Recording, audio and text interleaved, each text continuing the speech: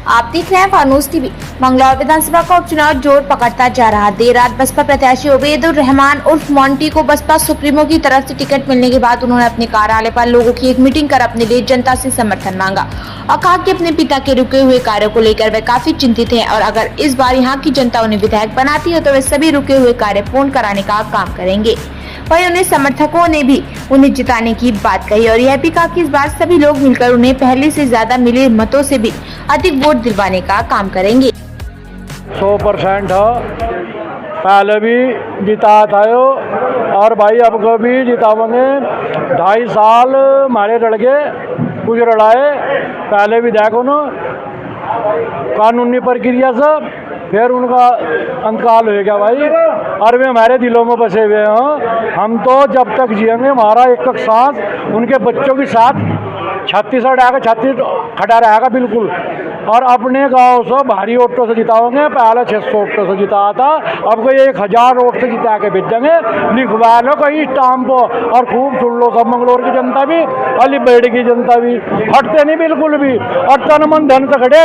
कोई तो खाने वाले, हम तो खुआने वाले। घर से क्या खर्च कर देंगे 2-4 लाख रुपए, हटने के नींद से बिल्कुल भी। हम यो हमें दिखाना आपका पैर, ये 2.5 साल लेंगे हम, छोड़ देंगे नहीं किसी कीमत पर भी। ये हमारे लड़ना चाहते नहीं, लड़ते नहीं।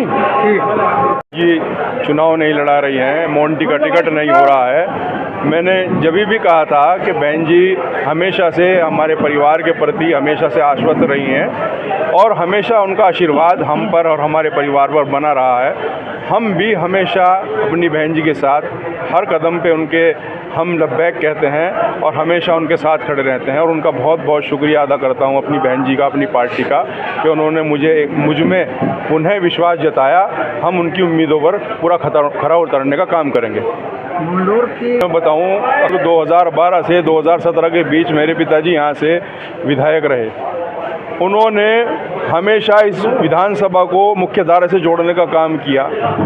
कई सारे degree college, road construction, education sector में, हॉस्पिटैलिटी में, हर सेक्टर में उन्होंने काम किया। यहाँ की पब्लिक, यहाँ के लोग बहुत खुश रहे 2012-17 में।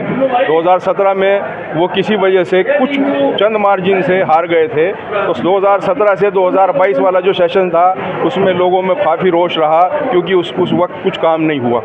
यहाँ तक कि जो मेरे पिताजी ने सिक्खर में कॉलेज बनवाया था उसमें एक फाइल लगा करके, एक एप्लीकेशन लगा करके स्टाफ बुलाना था, वो स्टाफ भी नहीं बुला पाए 5 साल में। तो और इस क्षेत्र के लिए वो क्या करेंगे? पब्लिक के फ़ोन नहीं उठाने का काम। अगर कोई यहाँ के पब्लिक को कोई काम पड़ जाए तो राजस्थान, मध्य प्रदेश, देखिए जब आप रिप्रेजेंटेटिव चुनते हैं, जब आप अपना प्रतिनिधि चुनते हैं तो अपने लिए चुनते हैं, ना कि राजस्थान और मध्य प्रदेश के लिए।